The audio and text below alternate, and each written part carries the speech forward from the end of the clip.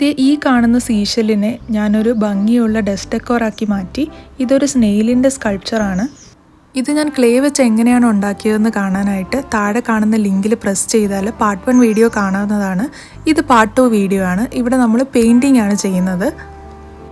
ആദ്യമായിട്ട് എൻ്റെ വീഡിയോ കാണുന്നവരാണെങ്കിൽ hello, this is Moon Kitty, welcome to my channel. ആദ്യം ഈ സ്നെയിലിൻ്റെ ബോഡിയിൽ ഞാൻ യെല്ലോ കളറായിട്ട് പെയിൻറ്റ് ചെയ്യാനാണ് ഉദ്ദേശിച്ചത്. പക്ഷേ അത് ആ ഷെല്ലിൻ്റെ കളറുമായിട്ടൊരു കോൺട്രാസ്റ്റ് ഇല്ലാന്ന് തോന്നി. അതുകൊണ്ട് ഞാനതിനെ ബ്ലാക്ക് കളറാക്കി മാറ്റി. മഷ്റൂംസൊക്കെ പെയിൻറ്റ് ചെയ്ത് വരുന്ന സമയത്ത് ബേസ് ബ്ലാക്ക് കളറാണെങ്കിൽ മഷ്റൂംസിൻ്റെ കളറെല്ലാം എടുത്ത് കാണാനത് സഹായിക്കും. ഇതിൽ ഞാൻ 2 ടൈപ്പ് മഷ്റൂംസാണ് ഉണ്ടാക്കിയിരിക്കുന്നത്. ഒന്ന് മറ്റേ റെഡ് കളറിൽ വെള്ള ഡോട്ട് വരുന്ന മഷ്റൂംസും, പിന്നെ മറ്റുള്ളത് ബ്രൗൺ കളർ മഷ്റൂമും, പിന്നെ ഫ്ലാറ്റായിട്ടിരിക്കുന്ന 2-3 മഷ്റൂംസും. അതിനെല്ലാം ഒന്ന് പെയിൻ്റ് അടിച്ചു കൊടുത്തു. ഒരു ഡോട്ടിംഗ് ടൂളോ ബ്രഷോ ഉപയോഗിച്ചിട്ട് ചെറിയ ചെറിയ ഡീറ്റെയിൽസൊക്കെ ആഡ് ചെയ്ത് കൊടുക്കുകയാണ്. ഈ സ്നെയിലിൻ്റെ ബോഡി ജസ്റ്റ് പ്ലെയിൻ ബ്ലാക്ക് ആയിട്ടിരുന്നിട്ട് എനിക്കൊന്നും അങ്ങോട്ട് ഇഷ്ടപ്പെട്ടില്ല. അതുകൊണ്ട് ഞാൻ അതിലും കുറച്ച് ഡോട്ട്സ് ആഡ് ചെയ്ത് കൊടുത്തു. നമ്മുടെ റിയൽ വേൾഡിലാണെങ്കിലും ഇങ്ങനെ സ്പോട്ട്സ് ഉള്ള ടൈപ്പ് സ്നെയിൽസ് എക്സിസ്റ്റ് ചെയ്യുന്നുണ്ട്. അവിടുന്ന് ഇൻസ്പിറേഷൻ എടുത്തിട്ടാണ് ഞാൻ ഈ ഡോട്ട്സ് വരച്ചു കൊടുത്തത്.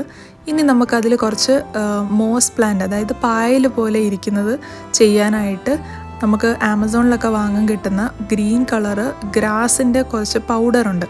അത് ഞാൻ ആഡ് ചെയ്ത് കൊടുക്കുവാണ്. ഫെവിക്കോൾ ഉപയോഗിച്ച് സ്റ്റിക്ക് ചെയ്തിട്ട് അതിന് പുറത്ത് വാർണിഷോ റെസിനോ കൊടുത്താൽ ഇളകി വരാതിരിക്കും.